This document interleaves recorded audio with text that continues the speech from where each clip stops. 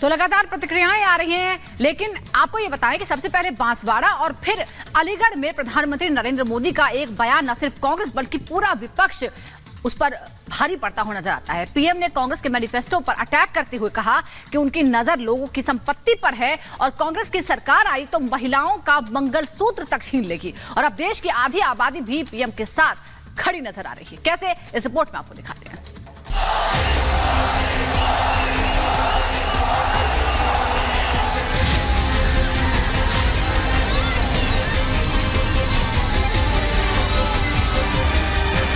राहुल गांधी ने क्या महिलाओं को कमा के दी है? उन्हें बोलना ही नहीं आता है, उन्हें क्या कहना है क्या कुछ पता ही नहीं है। आप किसी का आभूषण, कुछ भी आभूषण लेके कैसे जब्त कर सकते हैं? राहुल गांधी जी अपनी हार से ना बहुत ज्यादा परेशान हो चुके हैं, उन्हें मालूम है कि वो हारेंगे।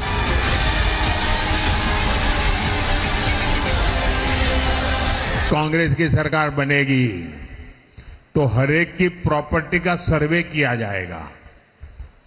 हमारी बहनों के पास सोना कितना है उसकी जांच की जाएगी। ये जो गोल्ड है बहनों का और जो संपत्ति है ये सबको समान रूप से वितरित कर दी जाएगी। ये जो संपत्ति है उनको सरकार अपने कब्जे में लेकर उसको सबको बांट देगी। दूसरे चरण से पहले प्रधानमंत्री नरेंद्र मोदी के इन बयानों ने 24 के चुनावी रण में नई गर्मी ला दी है। लोकसभा चुनाव की लड़ाई अब मंगलसूत्र पर आ पहुंची है। पीएम मोदी ने कांग्रेस के मैनिफेस्टो का हवाला देकर कांग्रेस पर तरकश से ऐसे तीर छोड़े हैं जिसे अब कांग्रेस न निगल पा रही है न उगल पा रही है। कांग्रेस के शहजादे का कहना है कि उनकी सरकार आई तो कौन कितना कमाता है, किसके पास कितनी प्रॉपर्टी है उसकी जांच कराएंगे। इतना ही नहीं, वो आगे कहते हैं कि ये जो संपत्ति है उनको सरकार अपने कब्जे में लेकर उसको सबको बांट देगी। हमारे देश में माताओं बहनों के पास जो सोना होता है कितना ही कम क्यों न हो वो स्त्री धन होता है। ये हमारी माताओं बहनों की संपत्ति छीनने का भी खेल खेला जा रहा है। उनका मंगलसूत्र उस पर उन लोगों की नजर है। मैनिफेस्टो को ही आड़े हाथों लेकर पीएम जब राजस्थान के बांसवाड़ा में कांग्रेस पर हमलावर थे तब तक कांग्रेस को भी नहीं पता होगा कि आर्थिक सर्वे कराने वाले वादे का दांव इतना उल्टा भी पड़ सकता है। अब आधी आबादी कांग्रेस से सवाल पूछ रही है। देखिए, ये कि हमारी अपनी हार्ड अर्न मनी होती है और इस हार्ड अर्न मनी को आप किसी भी आदिवासी या किसी गरीब को दलित को कैसे दे सकते हैं? राहुल गांधी जी अपनी हार से ना बहुत ज्यादा परेशान हो चुके हैं, उन्हें मालूम है कि वो हारेंगे। अब वो क्या बोलते हैं क्या नहीं बोलते, रियलिटी है कि उन्हें खुद को भी नहीं पता। राहुल गांधी ने क्या महिलाओं को कमा के दी है? कमा के दी है राहुल गांधी ने। जब खुद ही उन्होंने कुछ नहीं किया है तो महिलाओं के लिए क्या करेंगे? उन्हें बोलना ही नहीं आता है, उन्हें क्या कहना है क्या कुछ पता ही नहीं है। स्त्रियों के आभूषण जब्त कर लिए जाएंगे, ये कैसे संभव है? देखिए, उसमें हमारा सौभाग्य सूचक मंगलसूत्र भी होता है। अब किसी के पास मंगलसूत्र चांदी का भी हो सकता है, सोने का भी हो सकता है, डायमंड का भी हो सकता है। वो उसकी अपनी परिवार की आर्थिक व्यवस्था है, उसके अकॉर्डिंग है। आप किसी का आभूषण, कुछ भी आभूषण लेके कैसे जब्त कर सकते हैं? 24 घंटे के अंदर ही पीएम ने 2 बार कांग्रेस के मैनिफेस्टो को आधार बनाकर जनता को सतर्क किया।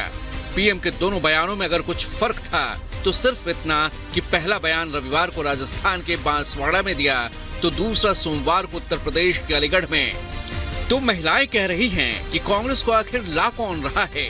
कांग्रेस ने पहले भी देश को लूटा है और अभी भी लूटने की बात कह रही है।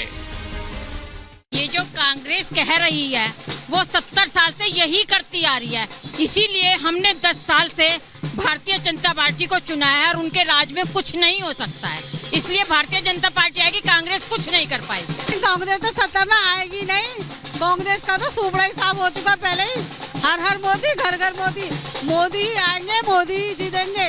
ये चीज़ तो बिल्कुल गलत है ना। किसी की प्रॉपर्टी को आप ऐसे कैसे किसी और को दे सकते हैं ना। किसी का पर्सनल है, ऐसे नहीं देना चाहिए। अपनी मेहनत से बनाई हुई चीज़ों को अगर ऐसे जब्त किया जाएगा तो ये तो सरासर गलत है। इस तरह से नहीं होना चाहिए। ठीक है, आप किसी का भी प्रॉपर्टी या कुछ भी लेकर आप किसी को देते हैं तो ये गलत बात है। देखिए, कांग्रेस का तो हरदम का यही रहा है, चाहे लड़कियों को लेके हो, चाहे सोने चांदी को लेकर, हर चीज़ों में इन लोगों का हरदम इन लोगों की गलत ही राय रही है, चाहे आप जिससे भी ले लो। ये गलत चीज़ है, ये नहीं होना चाहिए। सबके समान अधिकार हैं, सबको अपना अधिकार मिलना चाहिए। किसी दूसरे को लेकर के गलत होता है सब चीज़ें। प्रधानमंत्री मोदी ने जो कहा, जो दावा किया, उसे बीजेपी के तमाम नेताओं के साथ ही गृह मंत्री अमित शाह ने छत्तीसगढ़ के कांकेर में अपने अंदाज में दोहराया। मैं आज कांग्रेस पार्टी को पूछना चाहता हूं, आपके घोषणा पत्र में सर्वे की बात है या नहीं है? राहुल बाबा देश के नाम में स्पष्ट करे। और मनमोहन सिंह, आपके प्रधानमंत्री ने कहा था संसाधन पर पहला अधिकार माइनॉरिटी का है, आदिवासी दलित का नहीं है, आदिवासी दलित का नहीं है। भाई और बहनों, देश भर के मठ मंदिर और सबकी संपत्ति पर जो नजर है, वो पैसा कहां जाना वाला है? मनमोहन सिंह को याद करो, उन्होंने कहा कि पैसा पर, रेवेन्यू पर, संसाधन पर सबसे पहला अधिकार माइनॉरिटी का। पहले चरण के मतदान के बाद सियासी तपिश बढ़ गई है। जैसे जैसे चुनावी प्रक्रिया आगे बढ़ेगी, तीखे बयान और आरोपों की बौछार होगी। लेकिन फिलहाल कांग्रेस एक बार फिर से चारों खाने चित नजर आ रही है, क्योंकि मोदी ने आरोपों का पन्ना कांग्रेस की किताब से ही निकालकर उस पर अटैक कर दिया है। Bureau report, Republic Bharat. आगे बढ़ते हैं और अब बात करते हैं चुनावी प्रचार की। आगरा जिले के फतेहपुर सीकरी लोकसभा सीट पर उत्तर प्रदेश के मुख्यमंत्री योगी आदित्यनाथ प्रचार करने पहुंचे। इस दौरान उन्होंने सनातन का विरोध करने वाले और माफियाओं का सपोर्ट करने वाले नेताओं को जमकर निशाने पर लिया। योगी आदित्यनाथ ने कहा कि जनता ऐसे नेताओं को वोट के लिए तरसा देगी। और क्या कुछ कहा, देखिए इस रिपोर्ट।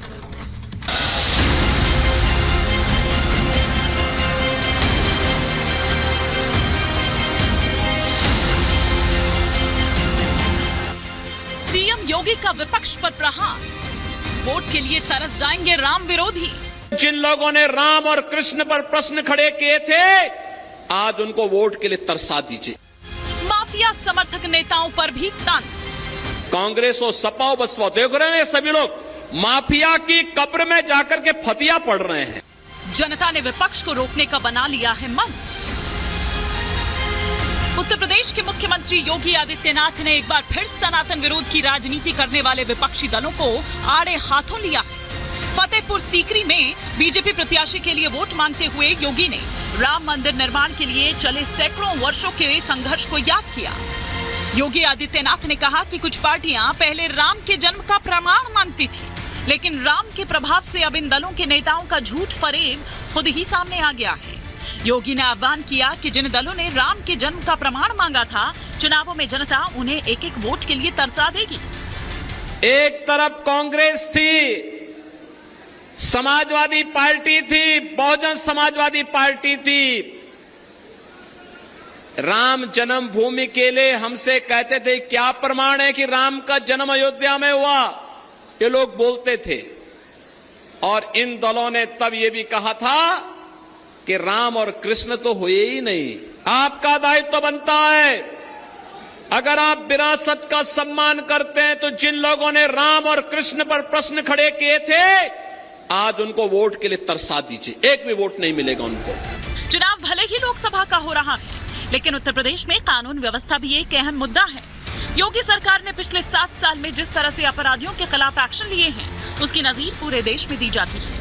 विपक्ष भले ही इस पर सवाल उठाए, लेकिन बुलडोजर और एनकाउंटर की वजह से माफिया और उनके गुर्गों में खौफ साफ दिख रहा है। योगी ने समाजवादी पार्टी पर माफिया का संरक्षण देने का आरोप भी लगाया। आपको बता दें कि अखिलेश यादव ने मुख्तार अंसारी की मौत पर दुख जताया था। इसी घटना को लेकर योगी ने कहा कि जनता ने ऐसे नेताओं को विपक्ष में ही रखने का मन बना लिया। जब मौका मिला ये माफिया और अपराधी को अपने गले का हार बना करके प्रदेश के व्यापारी और बेटी की सुरक्षा में सेंध लगा रहे थे ये लोग।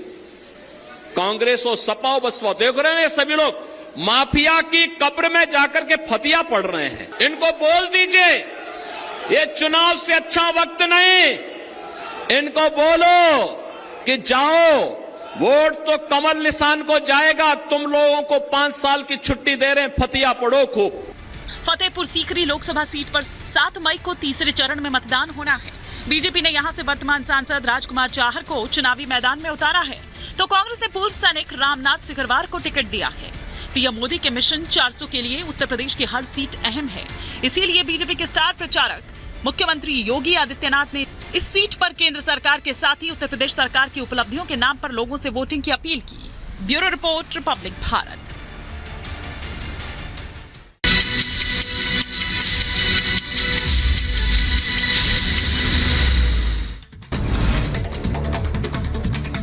जेल में अरविंद केजरीवाल को दी गई इंसुलिन, सूत्रों के हवाले से खबर। गिरफ्तारी के बाद पहली बार इंसुलिन दी गई, लगातार हाई हो रहा था शुगर लेवल।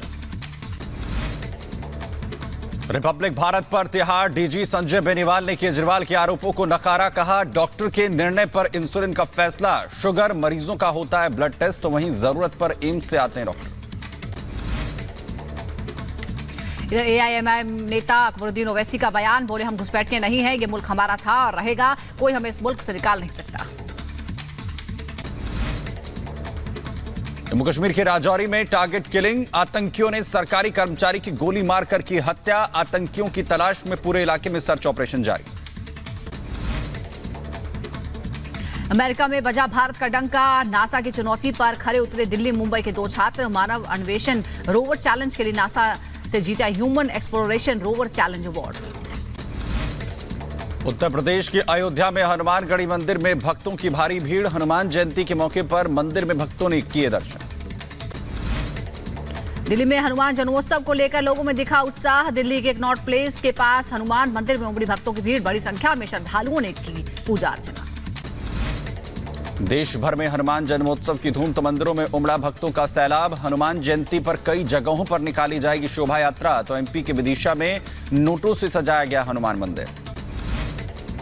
3 राज्यों के तूफानी दौरे पर गृहमंत्री अमित शाह पश्चिम बंगाल, महाराष्ट्र और कर्नाटक में करेंगे जनसभाएं और रोड शो। सुबह 11:30 बजे के करीब बंगाल के मालदा दक्षिण लोकसभा क्षेत्र में निकालेंगे road show.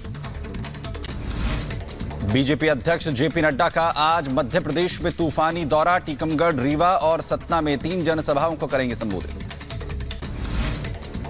CM Yogi Adityanath आज यूपी के अमरोहा, बागपत और मेरठ में चुनाव सभाएं करेंगे। बागपत में जयंत चौधरी के साथ मंच साझा करेंगे।